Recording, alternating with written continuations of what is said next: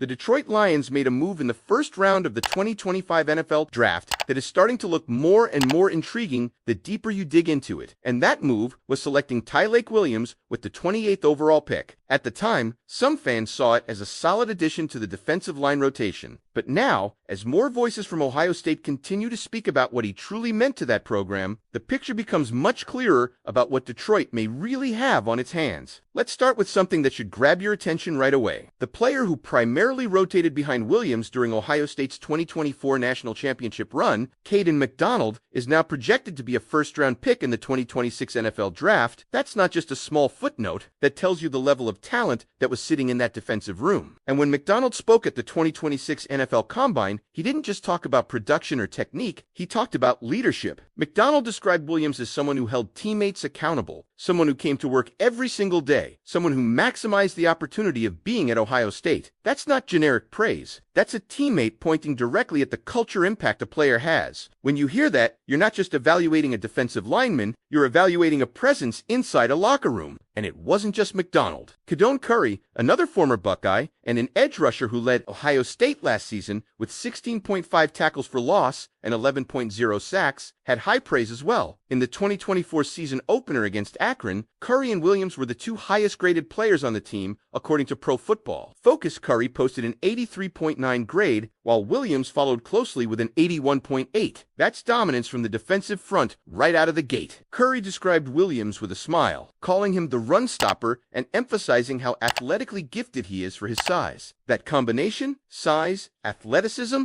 and production is exactly what the Lions were targeting when they made that pick at 28. And remember, Curry himself is projected as a mid-round selection in this year's draft. This wasn't empty praise from someone on the fringe. This was a productive, respected teammate acknowledging what Williams brings to the field. Then you have Davison Igbinosun, a cornerback who led Ohio State with 6 passes defended and is viewed as a potential Day 2 or Day 3 draft selection. His perspective is important because he plays behind the defensive line. He sees directly how interior disruption changes everything. And what did he say? He called Williams a problem in that middle. He emphasized how having someone who can stop the run inside makes everyone's job easier. That's the ripple effect of a true interior force. When a defensive tackle commands attention and consistently disrupts the run game, linebackers stay cleaner, edge rushers get more favorable matchups, defensive backs face more predictable passing situations. Igbinosun's words highlight something that doesn't always show up in the box score. Now let's bring this to Detroit. Williams didn't explode statistically in his rookie year. He had a slower start, and that's important to acknowledge honestly. But over the course of the 2025 season, he showed steady progress while playing 40% of the defensive snaps. He finished with 1 sack, 3 quarterback hits, 4 passes defended, and 18 tackles. Those numbers aren't headline-grabbing, but context matters. He wasn't playing every down, he was rotating. He was adjusting to the NFL, and he was still making impact plays in limited opportunities. When you pair that steady rookie growth with the testimonials coming out of Ohio State, the leadership, the accountability, the athletic ability, the run-stopping dominance, it starts to paint a picture of a player who may be poised for a significant jump entering Year 2. The Lions expect him to take another step forward as a bigger contributor along the defensive front. And here's where it gets interesting for you as a fan. Detroit didn't just draft production. They drafted traits and character. They drafted someone who elevated the defense around him at a championship program. They drafted someone whose former backup is now projected as his Trauner, which tells you the internal competition he faced every day in practice. So the question becomes this. If Williams was already commanding that level of respect in a national championship defense, and he showed steady development playing 40% of snaps as a rookie, what kind of leap can we realistically expect from him in Year 2 when the Lions are counting on him to be a bigger piece of that defensive front? What do you think his ceiling really is in this defense? And when you really sit with that question, it forces you to look at the bigger picture of how defensive linemen typically develop in this league. Interior players especially don't always explode statistically in Year 1. The transition from college to the NFL trenches is one of the toughest jumps in football. You're no longer facing a mix of future pros and rotational college linemen. Every snap is against grown men, veterans with refined technique, elite strength, and years of experience. So the fact that Tyleik Williams was able to carve out a role, play 40% of the defensive snaps, and steadily improve as the 2025 season progressed is not something to overlook. If you go back to what his teammates said at Ohio State, the consistency theme keeps popping up. Caden McDonald talked about him coming to work every day, holding teammates accountable, holding himself accountable. That kind of mentality is exactly what you need from a player who may not light up the stat sheet immediately, but is building towards something bigger. Growth in the NFL often shows up in small increments before it turns into visible impact. Williams finished his rookie season with 1 sack, 3 quarterback hits, 4 passes defended, and 18 tackles. On paper, that might look modest. But when you consider his snap count and rotational usage, you start to see efficiency. 4 passes defended from an interior defensive lineman shows awareness and active hands. 3 quarterback hits indicate that the pressure was there, even if it didn't always turn into sacks. Those are flashes, and flashes matter in year 1. Now think about what Davison Igbinosun said, that having Williams in the middle makes everyone's job easier. That's the type of influence that doesn't always get measured in individual stats. A strong interior presence forces offenses to adjust protection schemes. It changes how teams call run plays. It can funnel runners into waiting defenders. If Williams becomes more consistent in anchoring against the run and collapsing the pocket, that effect multiplies across the entire defensive unit. Then there's the athletic component that Kadon Curry highlighted. He emphasized how athletically gifted Williams is for his size. That's a critical point. Athleticism inside allows for more than just holding ground. It allows for penetration, pursuit, and disruption. When you combine size with mobility, you create matchup problems. And that's exactly why Curry referred to him as a playmaker and the run stopper. That label carries weight. Entering year 2, the expectation internally is clear. A bigger role, more snaps, and another step forward. The Lions didn't spend a first-round pick on him to remain a 40%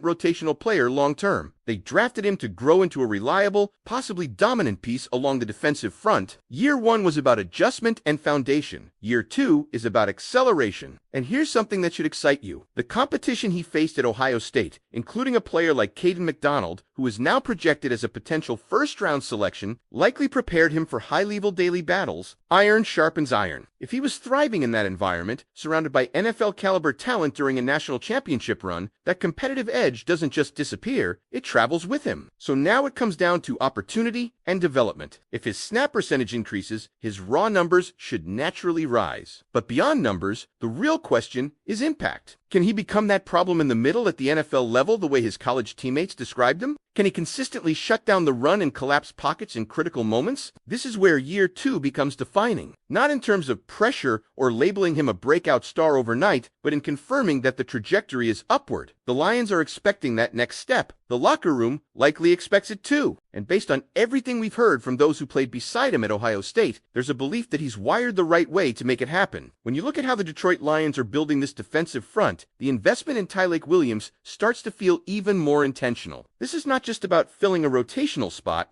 This is about developing a foundational piece inside someone who can anchor early downs, absorb double teams, and still flash the athletic upside that made him a first-round selection. Think back to what he stepped out of at Ohio State Buckeyes. That was a championship-level environment where competition was constant. Caden McDonald is now viewed as a potential first-round talent in his own right, and he openly credited Williams for leadership and accountability. That speaks volumes. You don't earn that kind of respect in a loaded defensive room unless you truly command it. Then you factor in what Kadon Curry said about his athletic gifts and his ability to stop the run. When an edge rusher who produced 16.5 tackles for loss and 11.0 sacks calls someone the run stopper and a playmaker, that's coming from a player who understands exactly how important interior disruption is to edge success. And from the secondary perspective, Davison Igbinosun made it clear that having Williams in the middle made life easier for everyone behind him. That ripple effect is real. Now bring that mindset into this upcoming season. Year 2 is often where you see interior defensive linemen make that jump. The speed of the game slows down, the hand usage becomes more refined, the strength program from an NFL offseason adds functional power. Most importantly, confidence builds. When a player knows he belongs, the hesitation disappears. Williams already showed flashes with limited snaps. 1 sack, 3 quarterback hits, 4 passes defended, and 18 tackles in a 40% role is a starting point. But if that snap share increases, if he's closer to a majority workload, you're naturally looking at more opportunities, more early down run fits, more third down interior rush chances, more moments where he can collapse the pocket and affect the quarterback even when he doesn't get the stat. And here's the key for fans to watch: consistency on early downs. If he becomes the reliable force against the run that his college teammates described, that changes how offenses approach Detroit. Teams won't be able to run straight up the middle with confidence.